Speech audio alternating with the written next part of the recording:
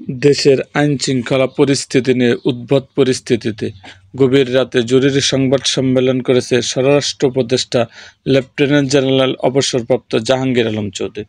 রবিবার 23শে ফেব্রুয়ারি রাজধানীর বারিধারায় ডিওএইচএসের স্বরাষ্ট্র উপদেষ্টার বাসভবনে এই সংবাদ সম্মেলন শেষ হতে না হতেই তার বাসায় আসেন বৈষম্য বিরোধী ছাত্র আন্দোলনের আহ্বায়ক হাসনাত আবদুল্লাহ। ওই দিন রাত 3:30টার দিকে স্বরাষ্ট্র উপদেষ্টার বাসভবনের সামনে দেখা যায় হাসনাত আবদুল্লাহকে।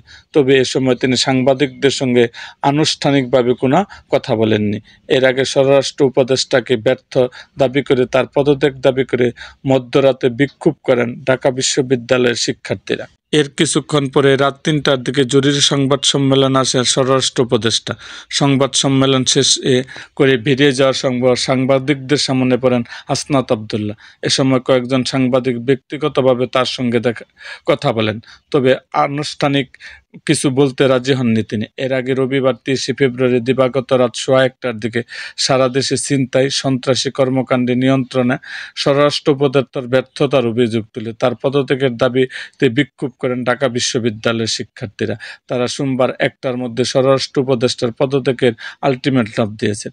সংবাদ সম্মেলনে এ প্রসঙ্গে কথা বলেন স্বরাষ্ট্র উপদেষ্টা। সাংবাদিকেরা করা এক প্রশ্নের জবাবে তিনি বলেন, আমার পদত্যাগের দাবি তো আজই প্রথম না।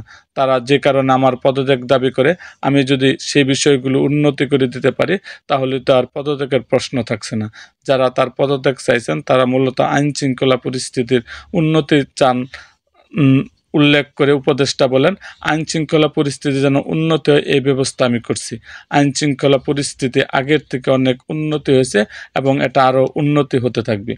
এরকম আরও ভিডিও পেতে এবং রাজনৈতিক অঙ্গনের নানা ঘটনা ও ইতিহাস জানতে আমাদের মুক্তাগাছার ইতিহাস মিডিয়া ইউটিউব চ্যানেলটি সাবস্ক্রাইব করুন এবং পাশে থাকা বেল আইকনটি বাজিয়ে দিন।